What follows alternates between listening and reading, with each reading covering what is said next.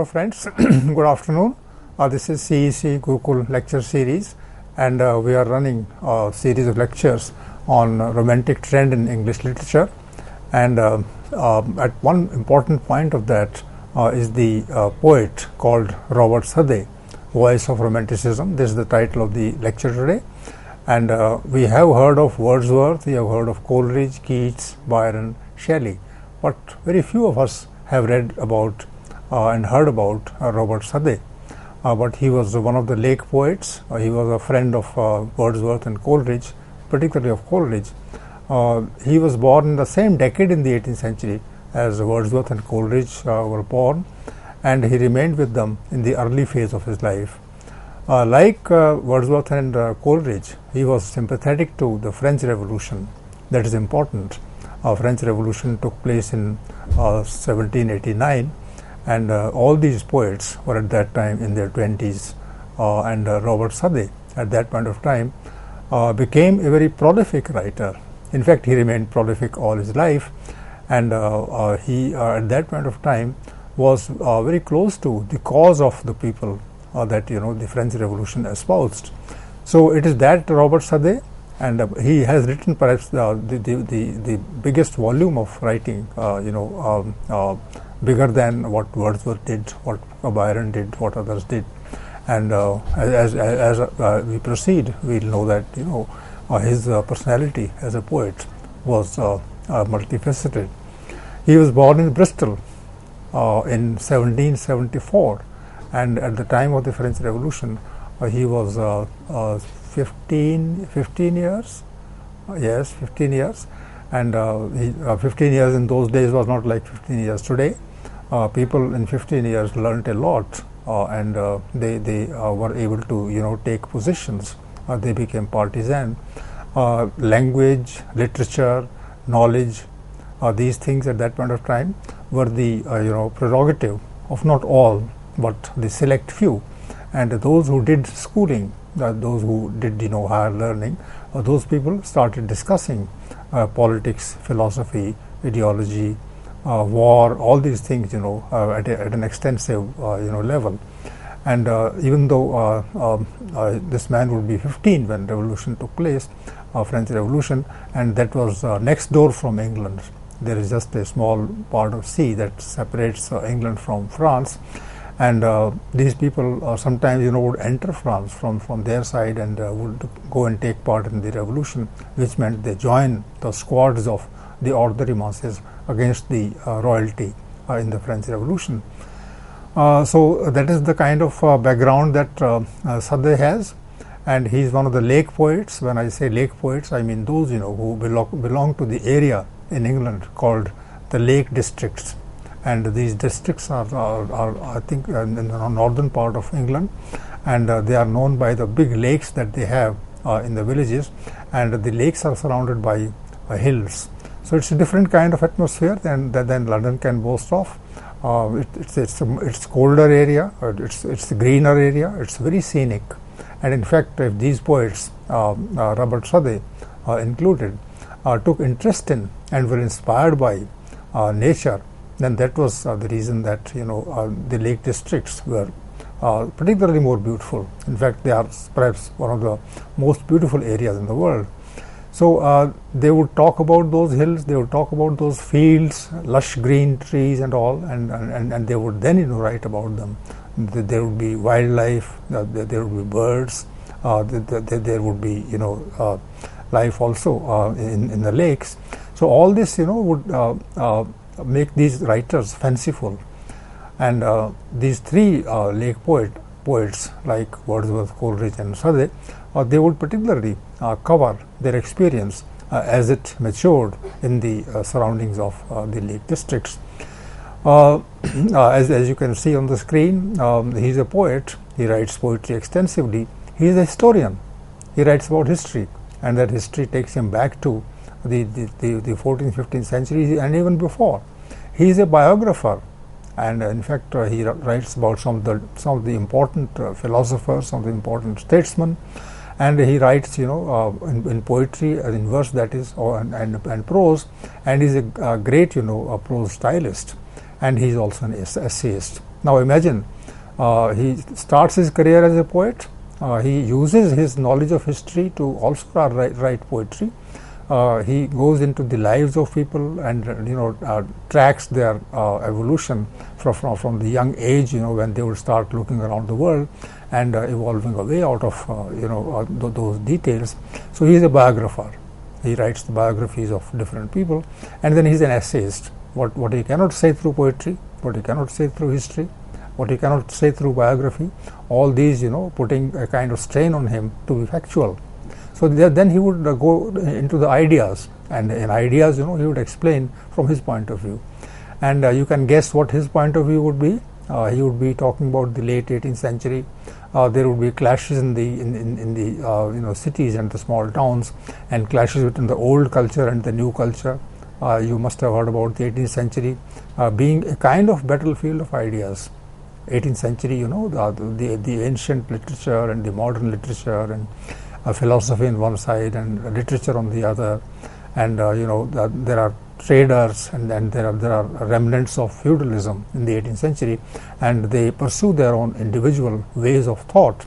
And this kind of battlefield that involved discussion at a very big level would make a large number of writers of that time what can be called essayists. So he is also an essayist. So you can imagine that in the 18th century, as a background working in their minds, one will indeed will look much more curiously about the surroundings.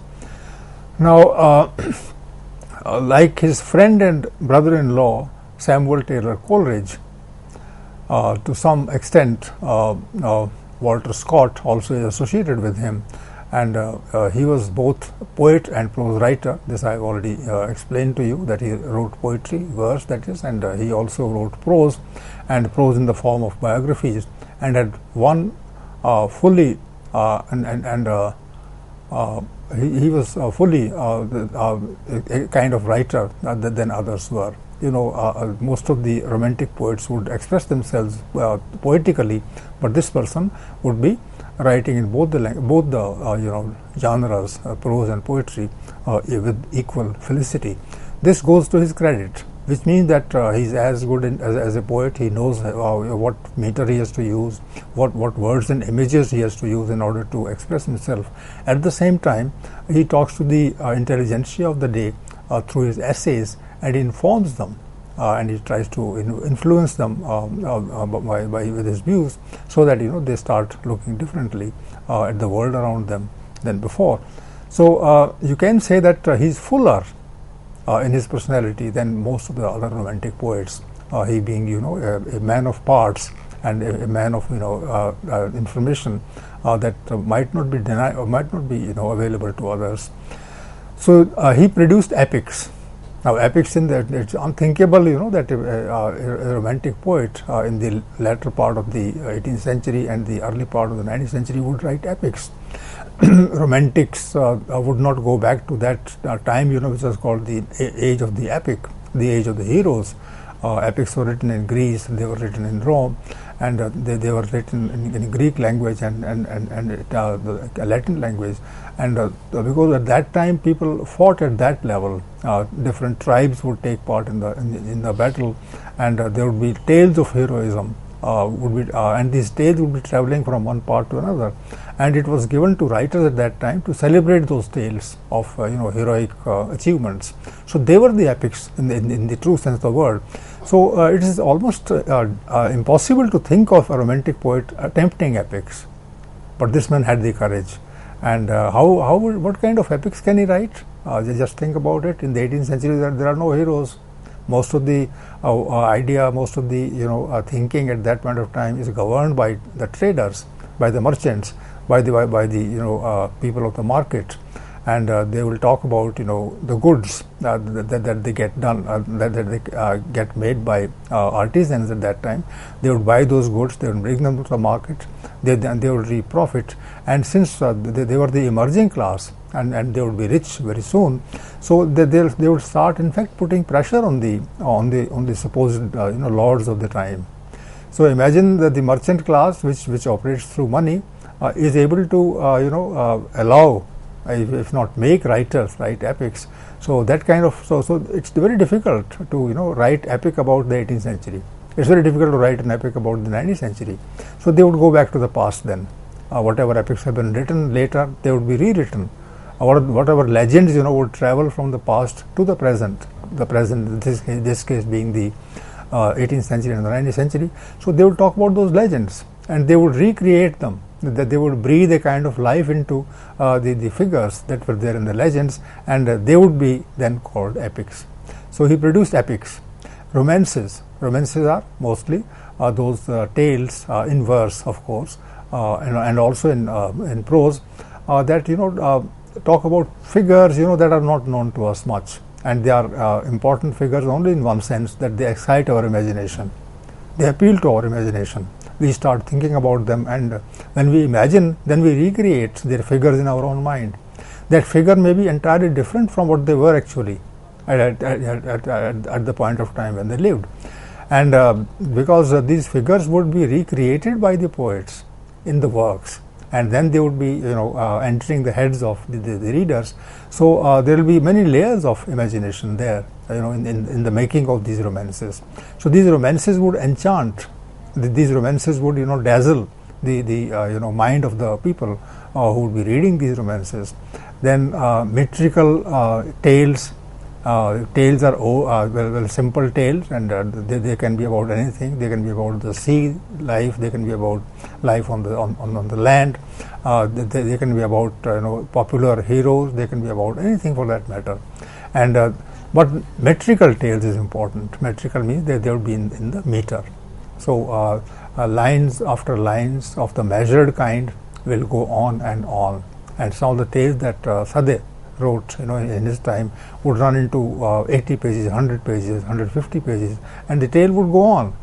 So which means that these tales then became a kind of medium expression for this poet. Ballads, once again the same kind of romances, and they are more close to us, and they can be sung also, put to music.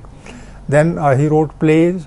He wrote monodramas. Monodramas are actually kind of monologues that became famous in the middle of the 19th century. But he also wrote monodramas. Monodramas means that just there is a person who comes to the stage and he performs his role. And while performing the role, he will talk about others. And sometimes he can mimic the character of others, and he can tell tales there from the stage itself. So these monodramas he wrote. Then he wrote odes.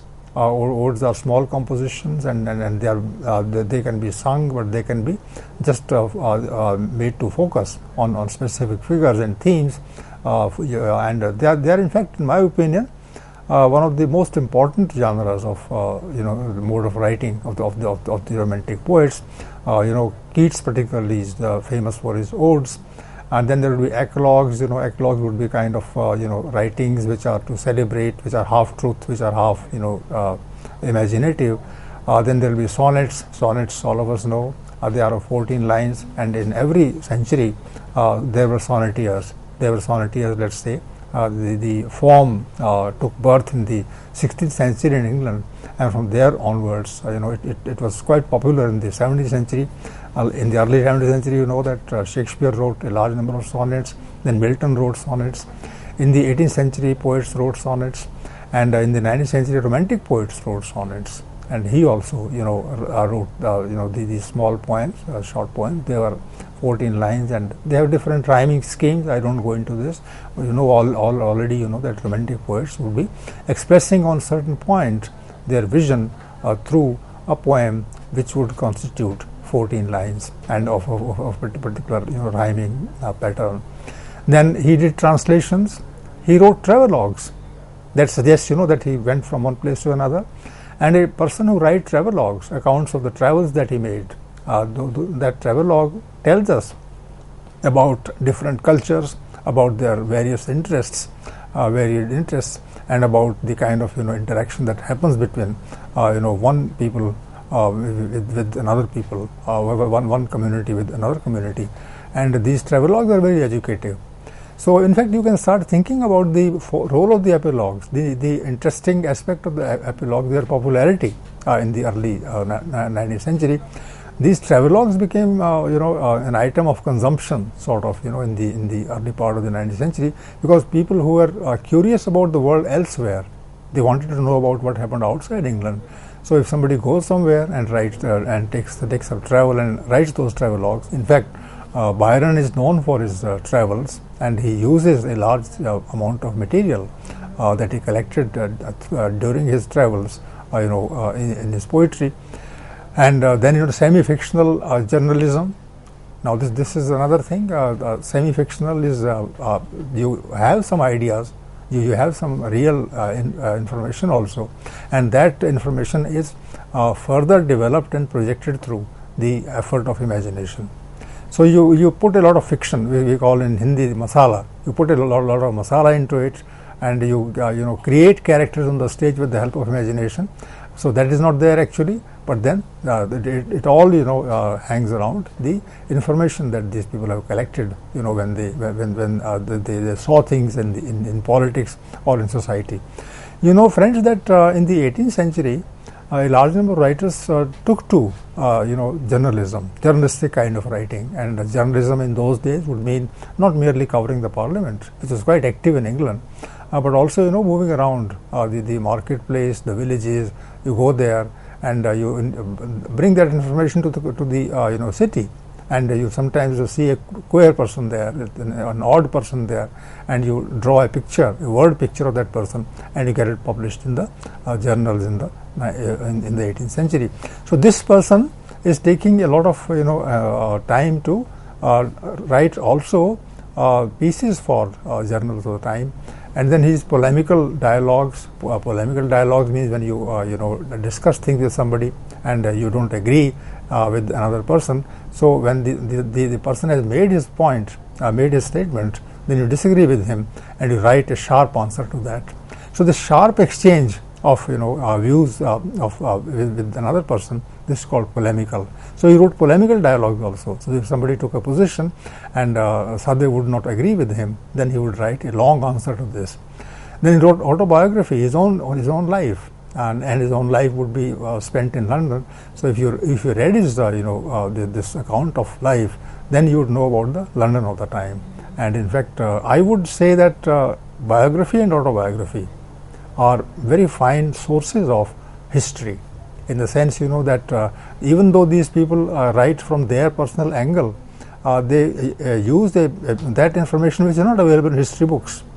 So when one writes about one's family and about one's relatives, then one in fact is creating through the accounts a kind of a picture of their time. When you write about a person, that is biography, and when you write about yourself, that is much more authentic. Even though you would like to praise yourself, I would like to praise myself if I wrote my autobiography, and Southey would also praise himself and hold himself very high in society, because he is looking at himself. In a way, he is looking himself in the mirror. So autobiography becomes the mirror of the writer. But then how can the account which is there in the mirror be entirely false and entirely carrying some kind of indulgent attitude towards oneself? One has to give some information about oneself and about what one wrote, why one wrote, how one wrote, who appreciated, who opposed him. All these things come in autobiography of a writer. So I believe that it is very interesting for the people of the time as well as us, to read these biographies and autobiographies. And then the last part is anecdote. This is important, even though literature does not give much credence to, much importance to anecdotes, but then we would like to know about how people behaved in their professional life, when somebody goes and talks to another person at the informal level, and then some witty exchange occurs, then anecdotes happen. And the person who is known for anecdotes and small time details, the father, let's say, or the first important person who takes pleasure in creating anecdotes and talking about them is Dr. Johnson in the 18th century. So maybe this person who was born in the 18th century spent a good 25 years or so of his life in the 18th century, would be carrying influences of that writing. And when he writes more actively in the 19th century, then he carries all these tendencies of the 18th century writing in the form of the things that I have suggested already, and anecdote being the last one. So the next thing is Coleridge rightly called him the complete man of letters. Man of letters is a writer. So he is a complete writer. What does a complete writer mean? He writes poetry, he writes prose. In prose, he writes autobiography. He writes travelogues. He writes semi-fictional works, which can also be read as novels. So he is a complete writer in that sense. That he writes essays where he can criticize, where he can attack somebody theoretically.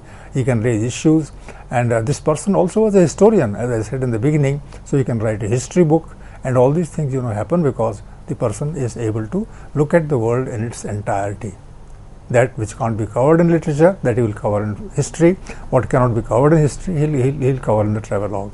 And if he has to talk about the common masses, ordinary masses, then he would move around. He would write his experiences, and he would, whatever anecdotes he comes across in his life, on the street, in a village, wherever he has gone, that also gets entered into the writing of the person.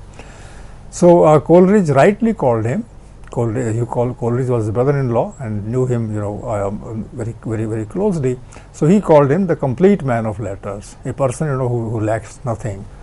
What would you think of such a person as a writer? Southey is a romantic poet, a person who supports the French Revolution, who supports the common masses, who is a modern mind, who looks at the past from his own angle, who writes all kinds of writings, including journalism. So that way, what picture does he leave in our hearts and minds? This is the question that you have to face. This is the question that I have to face. I have given you some idea about it, and please start thinking along these lines that this person lived in the latter half of the let's say 25 or so years of the 18th century, and he spent a good amount of time in the 19th century. So through him, you get to know about the 18th and 19th century England from close quarters. He can also, unlike other writers maybe, he can also write about other writers of the time, how they interacted with one another, how they became victims of jealousy, victim of competition, somebody scoring a point over others. So all these things become alive in front of our eyes when we read his writing. Now, so far as his writings are concerned, let's have a look at his writings. There is a poem called Inchcape Rock. There is a poem called Thalaba, the Destroyer. They are epical in nature. They are 100 pages, 200 pages, as long as that. And he is writing particularly this Thalaba, the Destroyer, in 1801. So which means when he was 26, 27 or so years, and he writes a long poem and in meter at that point of time. And Thalaba has some idea about India. Thalaba has some idea about the culture of India and Asia. So this particularly became famous. And Shelley, for instance, would take his inspiration from for his own poems. So this poem was published in 1801, and the life of Nelson. Nelson was a great hero of England, and he dealt a kind of blow to Napoleon's supremacy at that time in Europe. And then Nelson defeated him. So Joan of Arc is the 14th, 15th century French heroine, a young woman, who united the entire France against England in her time, and she is a big subject for literature. He writes a long poem about Joan of Arc, and later on Bernard Shaw would write in the latter part of the 19th and early part of the 20th century a whole play on Saint Joan. So that Joan of Arc, he writes about her. Then he writes about Sir Thomas More. Interesting. We have had a lecture in another series on Sir Thomas More, and Thomas More is supposed to be one of the first, persons in human history, or at least in European history, who talked about, he called his book Utopia, but he talked about equality and the ills and evils of private property. So much before Karl Marx, Sir Thomas More talks about the ills and evils of private property, which should be done away with, and society should be constituting equals. So this man gets attracted towards Sir Thomas More, and he writes, this kind of poem. Even though critical accounts tell us that his Sir Thomas More, the Thomas More of his imagination, the way he has projected it, in his poem, is not the Thomas More of the actual life who lived, in the early part of the 16th century when Henry VIII was there. He was the Lord Chancellor of England. And a famous scholar, known just not in England but known all over Europe. So he evokes that character. He puts that character on stage as if, but then he puts some qualities of his own, of the age to which he belonged, and he makes him a kind of adjusted to the requirements, the intellectual, ideological requirements of the 19th century. So it's not that Thomas More that I talked about. He had read almost everything about Thomas More. So, but when he started writing about him, then he saw some similarities of the requirement in the 19th century and the things that actually occurred in the life of Sir Thomas More. So what does he do through this kind of a writing? These are all poems. And he's writing long poems, and he's going into their life, and he's creating those details through his imagination. What actually is he doing? This is the question that we can talk about. And I would say that he is using the past of England in order to suit the requirements of the present, which very few writers do. Mostly writers write about their own time. But if somebody goes back to history and takes up characters from there, recreates them with his own imaginative powers, puts them in that kind of creative light, then those characters start appealing to you in a different manner. So your heroes, your characters in the legends, and once again this person makes them clear in front of us, in front of you. So you can think that he is combining the past with the present, and the conditions are of the present. The function of the past is to serve certain interests of the present. And when I say this, interest of the present, then the interest of the present means interest of England, of the English society. Also, because he is a romantic poet and he must be talking about himself, therefore, interest of his own. Why should I talk about the interest of his own, Southey? Because he is not recognized as a great poet like Coleridge and Wordsworth. Why? The reason is that this person initially was very enthusiastic in his pursuits. But as time went on, in the second decade of the 19th century, this person moved towards the government offices, the government favors, the government of the time, and he became the poet laureate. And when you become a poet laureate, then you are nationally recognized by the government. And one thing that happens is that you lose your freedom. Why do I say this? That you lose your freedom? This question definitely we can take up in order to understand the dualism, the duality of his interests in his writings, particularly those which belong to the second decade of the 19th century. And why do I say that this person had personal interests, Southey? I say it because a romantic poet who talks about the common masses, who talks about the village, who is critical of the royalty in France and in England, and who is a popular person, why does he accept a kind of award, a kind of a job as a sort of state functionary? This person did it, and at his death, in 1843, Wordsworth got the same thing. So people became critical of Wordsworth also. When you become a poet laureate, then you start pursuing the cultural policy of the country. And a romantic poet is supposed to be a born revolutionary, a born critic of the state, and a born critic of the upper classes. This is true. That's why all of them support the French Revolution. In the beginning, Southey himself supported the French Revolution.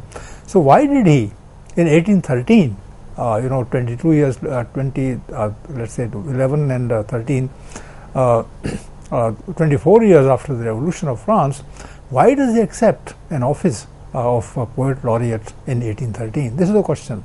How do you react to this question? How do I react to this question? My own thing is that if these people have shown sympathy towards the common masses all their lives, and they write about the ordinary people, then when they accept the government office of that kind, and they have to then praise each and everything that the government has created as a policy, then they cease to be poets of that kind. They will remain poets. They will use their imagination to talk about tradition, to talk about the greatness of the country and things like that. But they will not be poets of the kind that they started with as. And that's why Southey became a butt of criticism of his compatriots, the other romantic poets. And this thing, hurt him, but it made him famous. So he that's why when we frame courses in India these days, particularly, we do not generally include Southey as a romantic poet, as a close associate of Coleridge and Wordsworth. And then we start finding faults with his poetry. So far, I admired and appreciated his contribution in various areas of writing. But as soon as one thinks of him as a poet laureate, and his writing also changes. When I referred to Sir Thomas More, written by him, where he creates a picture of Sir Thomas More, then what I was hinting at was that this person started looking at Thomas More as if he carried some kind of a tradition. He didn't carry any kind of tradition. He was a person who, even though he was the Lord Chancellor of England at that point of time in Henry VIII's regime in the early 16th century, Thomas More very clearly in his writing showed sympathy for the common people who were equal to others. This equality, between the upper class and the lower class, is the first theme of equality, and this has to happen at the economic level. It's not at the social level or ideological level. At the economic level, then this person, Thomas More, wrote a book, Utopia, where he talks about a kind of blueprint for socialism. So that kind of a writer is then adjusted to the 19th century requirements of the government policy. So that's what this person starts doing. So I don't think the character of Sir Thomas More in the hands of Southey is going to be convincing. So this is one point that I am making. And Southey and Coleridge planned the foundation of an ideal commune on Godwinian libertarian principles on the banks of this particular place. But this American pentecracy. So what exactly is this? Now this is before he became the poet laureate, and Coleridge and Southey both at the turn of the century decided to find a kind of commune. You know what a commune is? A commune is a group of people who start living on principles of equality. So that they create a kind of socialist nation within a nation. And Godwin was that kind of libertarian, one whose ideology was liberty, and he had sympathy for the French Revolution also. So they decided for some time to buy some land and get a community, and that community would be a community of equals. So this particular thing, Southey was a part of it. Coleridge also was a part of it. It failed because there were no funds to run that kind of a system. But then these people started experimenting with socialism in the early 19th century. If they became romantic poets, it is for this reason. A romantic poet is one who always is guided by one's imagination. One is not guided by money. One is not guided by privilege. One is not guided by policies of this or that regime. One is guided by one's own instincts, one's own dreams, one's own fantasies. And this fantasy, this dreaming, this instinct, it is this that sets these poets apart. So Southey and Coleridge went together. They became founders of a particular trust at a place where everybody who was admitted would be an equal. So this kind of a thing has not happened in India, for instance, for a long time, and people have started doing it. Gandhiji, for instance, in the early part of the national movement, had an ashram where everybody was equal, which is a nice thing. He also experimented with this kind of an idea in South Africa. All of us know about it. But the fathers of this idea were these romantics, and Southey was a part of that, even though the experiment failed. But then people started realizing that it is possible for a country, for a society, for a community to completely make the distinctions of class and caste disappear, and that one should remain equal. So this kind of an idea made them genuine romantic poets, and Southey has to be given credit for this, that at least he tried to make it a part of his practical life. If the experiment failed, it doesn't take away from the credit that we can give him for this reason. So after this chapter, this particular section of the discussion that I am presenting to you belongs to the phase when he was a romantic poet, and the experiment failed. Maybe this experiment broke him, who knows, because people when they see that there is a kind of dream, and that dream is inspiring them to go into areas of unknown territory, and then later on they realize that they were wrong. So maybe that sense of being wrong in one's ideas can finally affect their minds. So who knows why Southey in 1813 accepted the title of the Poet Laureate of England. I think he did it maybe because his experiment for equality had failed earlier. So keep that in mind. What is this Pentecocracy? This is a form of utopian social organization in which all are equal in social position and responsibility. This is a kind of socialism, and these English romantics think about it in real terms. See how genuine they are, how serious they are, how mature they become in their dreams, that they would like to see those dreams turned into some kind of a reality. And then this resulted in little more than this, of course, the writers, the critics of today, they start laughing at this, that they went and they formed this kind of a trust, this kind of system, but they only wrote a few sonnets there. Yes, sonnets are there about them, and those sonnets were good, but then their experiment failed. So this is one way of denigrating Southey, and most of us denigrate him wrongly, I believe, because one should go to his kind of personal life, where he seriously experimented with establishing equality in society, and if he failed, then people fail, and they draw lessons. But it doesn't mean that the person at that point of time was not genuine. Okay, then his poetry is directed to the relationship between history and the present. This point I have touched upon. I think I should just develop it a little more here, that history and the present, they should interact. You cannot totally be subservient to the requirements of the present. The present has not dropped from above. Not that on a particular day when you were born, the world became what it is. The world must have gone through certain phases of development, certain phases of contradictions and conflicts, as a result of which what you see in front of your eyes, what I see in front of my eyes, has actually been produced. So one has to look at history in order to understand one's present. Would you agree with me when I say that unless you understand history, unless I understand history, I cannot understand my present? I think there is a great deal of truth in this, that the present, the day that one is living in, that day is a result of yesterday's doing of society. It also is a producer of tomorrow. So the present has one side, one day at the back, and one day in the future. So this continuation of yesterday through present to tomorrow, this is what is important.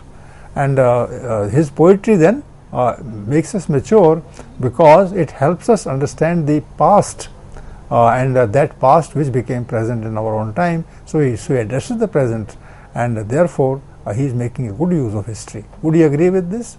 Try to understand this, that if in order to understand the England of the 18th and 19th centuries, one has to go to the 17th century and 16th century, and one has to, when one goes to the 16th century, one has people like Sir Thomas More. When one is coming to the late 16th century and early 17th century, one has to think about Shakespeare. When he comes to the late 17th century, one has to think about Milton. So Thomas More, Shakespeare, Milton, all of them will make us understand better the conditions of England in the 19th and the 18th centuries. So this is the kind of thing that this person realizes, and I think his vision is quite wide, quite broad, and therefore he is writing about all those legends and other tales in poetry that constitute his poetic writing. So the precedent is that way kind of a teacher for us. So if there is an example before us, if there is something has happened before us, we can always learn our lessons from that, and we can become maturer in our behavior at the present time. So there is radical phase then. Radical phase is the phase when he started writing in the last decade of the 18th century.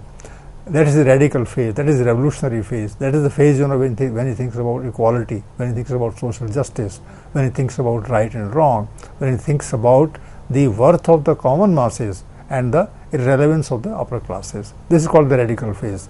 So Southey's radical phase was short-lived, as those of Wordsworth and Coleridge. I'm just reading out from this, blossoming in the 1790s with the pro-revolutionary poem Joan of Arc.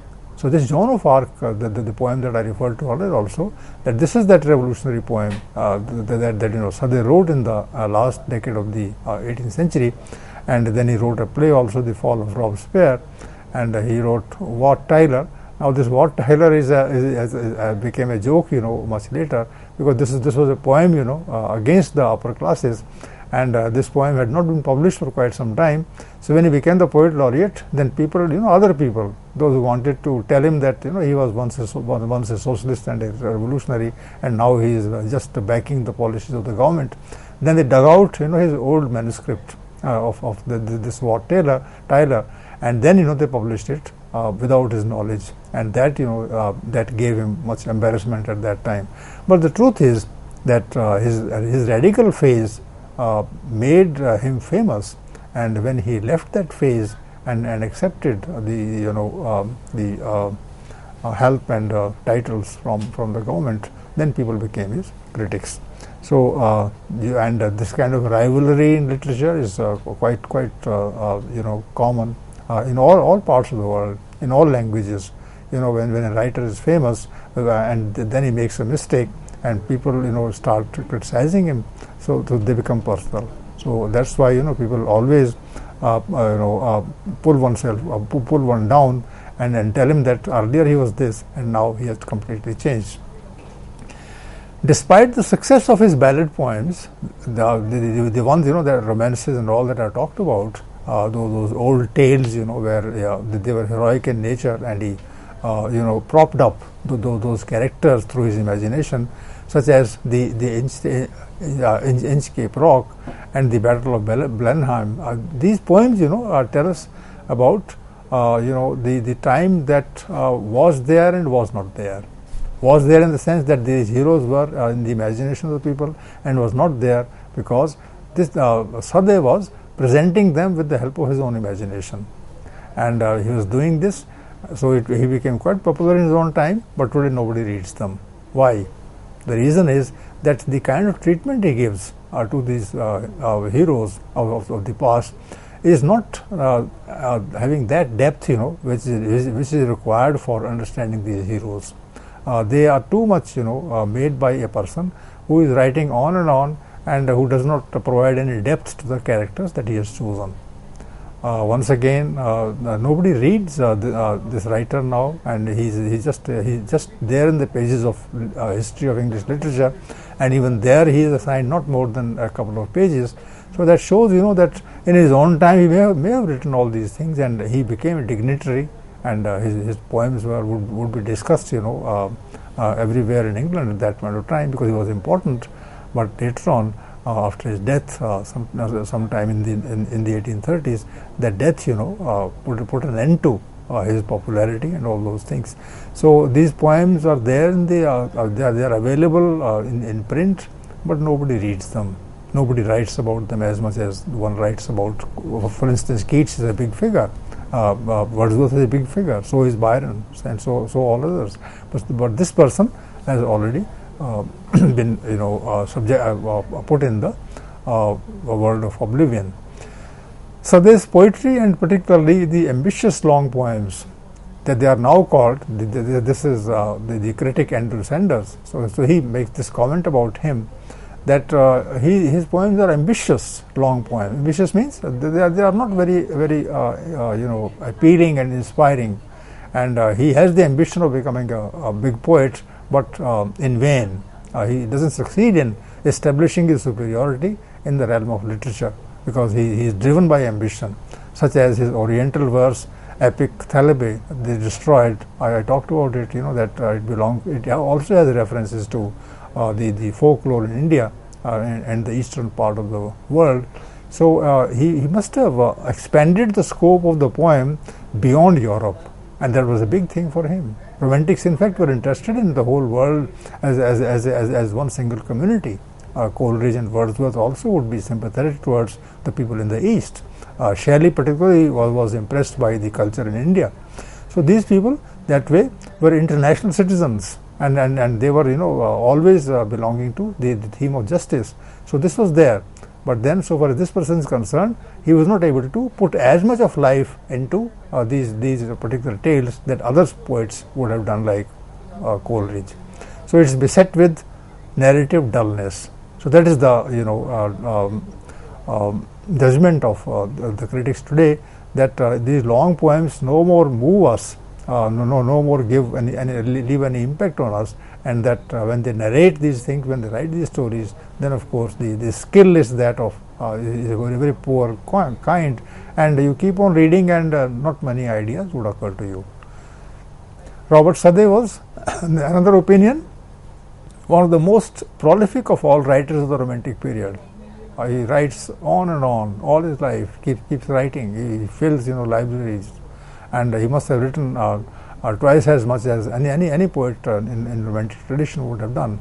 So he is a prolific writer, a great friend of Coleridge, and they collaborated at Oxford University and shared many idealistic enthusiasms. And he talks about that one which disappeared in Southey's later works. And I have also told you why they disappeared. They disappeared because his sympathies changed. His outlook was changed. Initially, he was for justice and class equality, and later on, this person started talking in favor of the upper classes in England. His poems from the late 1790s contain some famous ballads, such as the Inchcape Rock, and echo the aim of lyrical ballads to break away from 18th century poetic constraints. This point I made already regarding his this phase of idealism, this phase of egalitarianism or libertarianism. But then one thing I can say, that he was steeped in the 18th century to that extent that he would take all the good things from there and put them in the 19th century. So lyrical ballads were a statement of revolt against the 18th century. And initially this person was for the French Revolution, so he became a part of that, and that is to be considered as an achievement of his. Then after becoming poet laureate in 1813, he lost touch with the Romantic trend and devoted his later career more to history and biography than to poetry. I think that was a good step for him, because if he had continued writing poetry, then he would have written very dull stuff. So it is better that he changed his area of activity. Then he started writing about history. In history, you can always hide yourself. You talk about the past and you just give as many details as possible. And because you are not writing about the present, you are writing about history, so you won't have any enemies also in your world. If you write a poem and that poem is critical of the regime, then the government will be unhappy. If it appreciates the qualities of the regime, then your friends will be unhappy. So it is better that you leave the field of poetry, the field of writing about the present, and take recourse to history. So that says these two critics, Ronald Carter and John McRae. They say that after that he decided very intelligently, very cunningly also, very cleverly, he started writing history. And what would he write about history? He would just give narratives, not that he would go into the analysis of contradictions at that point of time. He would not do that. He would write about history, he would write about heroes, and those heroes would be established by tradition. So in a way, his history writing would become a carrier of the great English tradition of the time, which nobody will read, nobody will try to understand, because that's common knowledge. It has been always said our heroes were good, and at that point of time, and people want to understand things critically, and critically he cannot write. If he can write critically, then he would not accept that kind of position from society. So that way he then started talking about history, and that history which was established already. So this is the kind of thing that one has to keep in mind. Coleridge and Wordsworth were not the only writers of ballads on the supernatural in the closing years of the century. Southey was composing Lord William, the Old Woman of Berkeley, Mary the Maid of the Inn, and the like. I think that this point is important, and we should give a positive care of this, because when he is writing, then he was writing slightly different from others. There was a problem with Coleridge, that he was talking about the supernatural as he was writing ballads. So when you talk about the supernatural, then you somehow dilute the effect of the poem, because then you start explaining things at a different plane altogether. That's why Coleridge's poem, this Ancient Mariner, is subjected to some criticism, because the person is going into the Christian idea of evil and Christian idea of goodness. Now that is, in the 19th century, will not make sense. Coleridge will not have, win a large number of admirers in the 19th century if he talks about religion as something very positive, something very inspiring. And that's why Wordsworth, who wouldn't believe in religion, and Byron and others, romantic poets, would not believe in religion and the rituals of religion. So when you bring in supernatural, then even though you are not believing directly in religion, you start moving in that direction.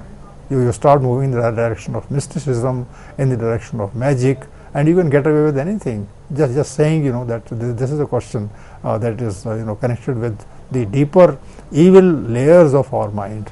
So this is what Coleridge's the rhyme of Ancient Mariner suggests. That the person who is traveling in the ship and kills that bird, and that bird later on creates an impact on his mind, and his evil nature is brought to the fore, which he can discard only when you start thinking of the injustice that he has done to the bird.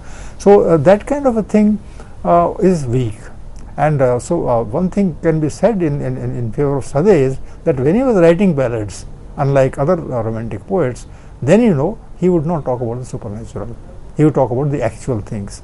So that goes to his credit. He is a man of science, he is a man of reason, he is a man of justice, he is a man of change initially. Therefore, when he writes about the ballads, then his ballads are of a different quality in terms of ideology, even though they are not poetically as effective, because he is a lesser poet than both Coleridge and Wordsworth. If the Ancient Mariner and the Thorn and Peter Bell, they illustrate complementary ways of approaching the subjects, Southey's are an incontestable example of how not to attempt the supernatural story. So I've already discussed this point, and I believe that this way some justice can be done to him, even though one has to accept that his poetic prowess, his poetic quality was not of the level of those other poets, which might have been actually increased if in the 1813 or so he would have kept a distance between him and the office that was awarded to him, and if he had continued seriously and honestly exploring the idea of human imagination, so that he would have improved further. Southey's epics evoked the scorn of Byron. There was a kind of spat between the two. He must have criticized Byron at one point of time, and Byron hit back. And these lines, that I show here on the screen, if you go over these lines, you would find that here Byron is able to tell him that he is not as great a writer as he thinks himself to be. And then there is a quotable quote, and this I leave for you to take at leisure. This is a good one.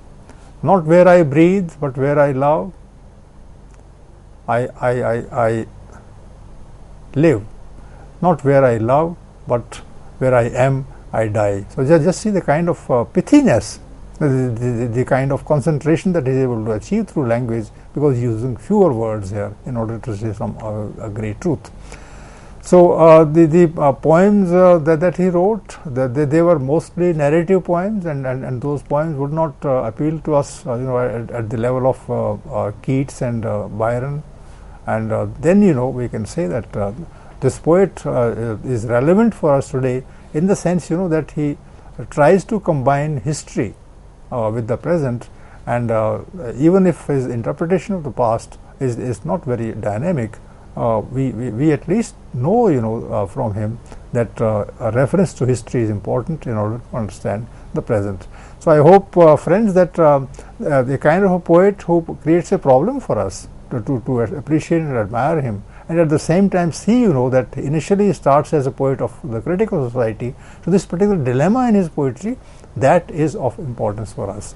We should know that we have to remain totally focused upon our enterprise as poets, and this is proved by the kind of discussion that we can have on him, that if you accept offices, then your eyes are removed from the actual reality that you otherwise would have seen. So poetry shows us the mirror, and in poetry we can't deceive ourselves. So Southey's example is of that romantic poet who starts well, but later on is able to not keep an eye on the reality of the time for the reason that I mentioned. Thank you.